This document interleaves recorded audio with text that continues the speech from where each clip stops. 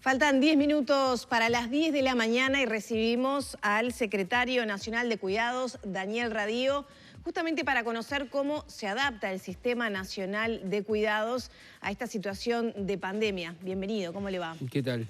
Buenos días. Bueno, ¿cómo se está trabajando?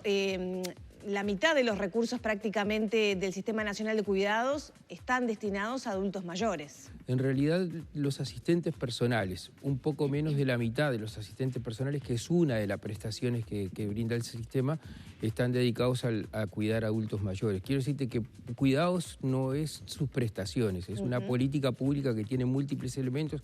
Unas son las prestaciones, otras son las regulaciones, por ejemplo, ¿no? Y otra es la política de comunicaciones. ¿Cómo se ha venido adaptando entonces el sistema a esta nueva realidad?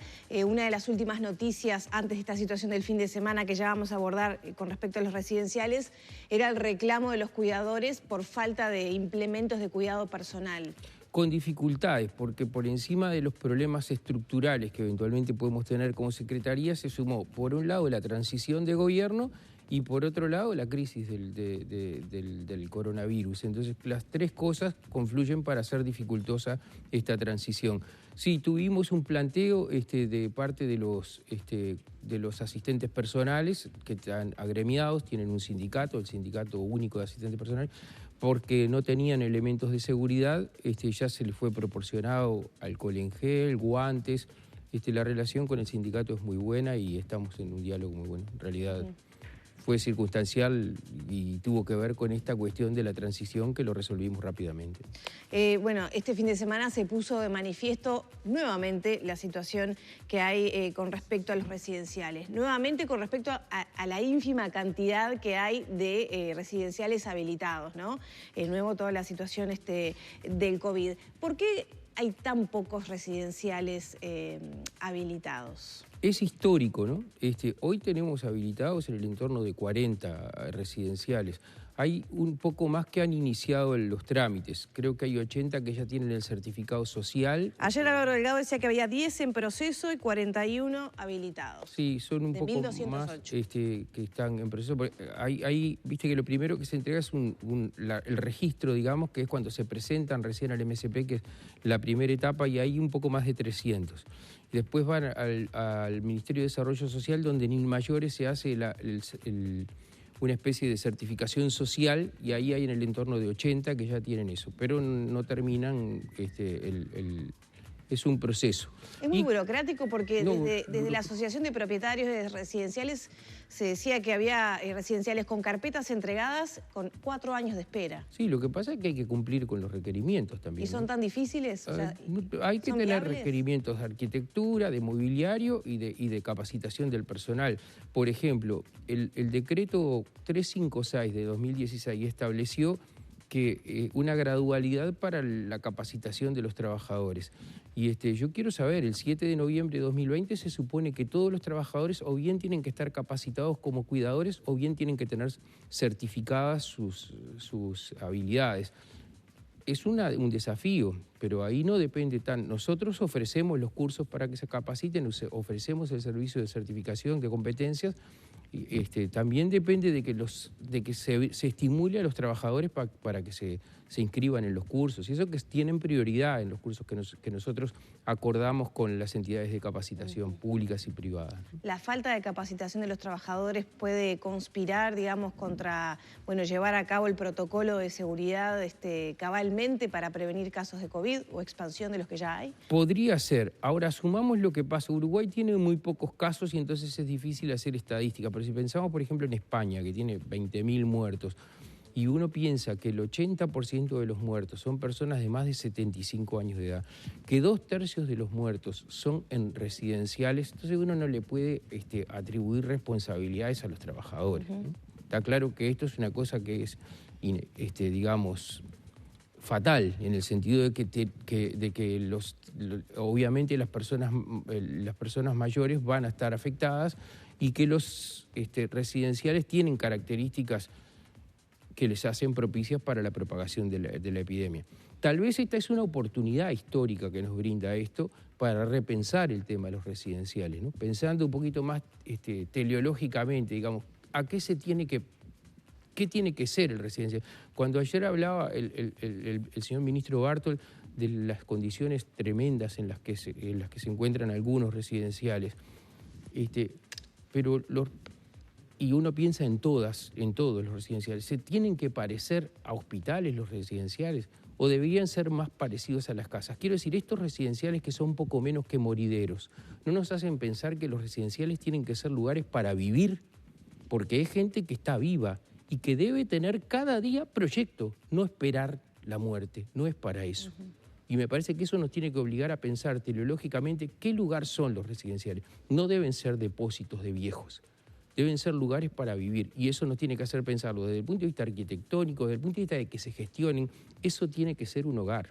Claro, siempre está el tema de los recursos, ¿no? Que claro, muchas veces claro. Son personas que no tienen familia, que tienen pocos recursos y que pagan lo que pueden en esos lugares, y otros pagan más, pero también las condiciones tampoco son las mejores. Los cuidados durante mucho tiempo cuidados hubo siempre en la sociedad, ¿no? Lo que pasa es que muchas veces eran invisibles y dependían básicamente de dos cosas. Uno, de los cuidados en el domicilio, que en general los hacían las mujeres. Hay una gran inequidad de género en el tema de los cuidados, y otro es la capacidad de comprar cuidados que tuviera la gente. Eso se mantiene hasta el día de hoy en el caso ¿no? Si uno tiene capacidad de comprar... Bueno, hoy entendimos que es una corresponsabilidad de la sociedad, además de una corresponsabilidad de género. Nos tenemos que hacer cargo juntos de esta cosa. Y me parece que en eso tenemos que trabajar, ¿no? Ayer el ministro Bartol hablaba de incluso el cierre de algunos residenciales, los que están en situaciones más complicadas, e incluso mencionaba que hay 110 que están en situación de violación de derechos humanos de los usuarios residentes. ¿Cómo ve usted esa alternativa de cerrar residenciales para realojar, cuando en la experiencia pasada ha sido una dificultad para el Estado, una vez que se cierran, bueno, realojar a esas personas mayores que no son autoválidas, que muchas veces no tienen sostén familiar? Sí, la primera cosa es que esta noticia, sumado a la noticia que tuvimos de CIPIAB con las informaciones sobre la violencia sobre los chiquitos, nos tiene que hacer pensar un poquito, ¿no?, de como sociedad, ¿no? No podemos estar orgullosos como sociedad de lo que nos está pasando, ¿no? A mí me parece la actitud del ministro Bartol, quiero decirla, encomiable, y me parece que él va a dar las señales que sean precisas, y me parece que está trabajando en ese sentido. Hay que dar señales contundentes en ese sentido de cambiar cosas. Claro, el objetivo no es cerrar los 110 centros. El objetivo es que mejoren. Pero hay algunos que va a haber que cerrar, notoriamente. Ahora, porque si uno cierra, ¿qué hacemos con esas personas, ¿no? Notoriamente no es una respuesta que tenemos que dar. Pero hay que pensar también alternativas. Cuando decía de la corresponsabilidad, de hecho nosotros estamos trabajando en una alternativa que le llamamos los bonos. Es una cosa que no está muy implementado, pero capaz que hay que pensar en alternativas de copago, en donde la sociedad se hace responsable de una parte de estas cosas. Bueno, hay que ir pensando en esas... ¿Cómo funcionaría eso? Nosotros tenemos un sistema para los colegios privados, para chiquitos, que se llaman becas de inclusión socioeducativa, en el cual contribuimos con el pago de los colegios. ¿Por qué no pensar alternativas por el estilo para las personas mayores, para contribuir en los casos en los que vemos que están en situaciones así, prácticamente de situación de catástrofe en los centros, alternativas de ese tipo? Hay que pensarlo, eso sale plata. Claro, pero... ¿Y el Sistema Nacional de Cuidados tiene recursos para eso? Porque estábamos también hablando, como noticia de los últimos días, que un préstamo destinado al Sistema Nacional de Cuidados fue desviado para la compra de insumos médicos. De alguna manera se desvía ese... Sí, en realidad lo que fue desviado es una parte de dinero de una línea de crédito que tenía el Banco Interamericano, que tiene el Banco Interamericano de Desarrollo hacia el sistema, y que nosotros teníamos dentro del rubro imprevistos. Si algo es imprevisto es esta situación de epidemia. Pero en realidad el presupuesto del Sistema Nacional de Cuidados, quien lo establece es el Parlamento. Y en realidad ese es el dinero que nosotros tenemos que manejar. Y de ese dinero no se debió. De los problemas estructurales que yo te decía que tiene la Secretaría y en definitiva el sistema, pero en particular la Secretaría, que nosotros somos un organismo deficitario, muy deficitario. O sea, gastamos mucho más de lo que el Parlamento aprobó. Y esas son de las cosas que tenemos que ver cómo resolvemos, ¿no? Porque en realidad venimos de unas circunstancias de abundancia de recursos, ahora no estamos en esas circunstancias, y sin embargo el Parlamento aprobaba para el sistema de cuidados, para la Secretaría de Cuidados, menos dinero de la que se gastaba. Veremos ahora qué pasa.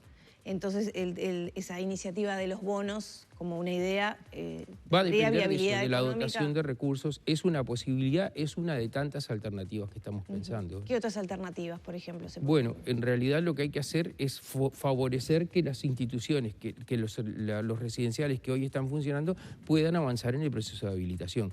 Por ejemplo, nosotros tenemos un sistema que le llamamos C+C, que es calidad más cuidados, que se implementa a través de microfinanzas del Banco República, que constituyen la posibilidad de otorgar a aquellas instituciones que están registradas préstamos blandos en condiciones muy flexibles de hasta 550.000 pesos, o sea, casi más de medio millón de pesos, para mejoras edilicias, para mejoras de mobiliario, inclusive para ayudar en la capacitación del personal.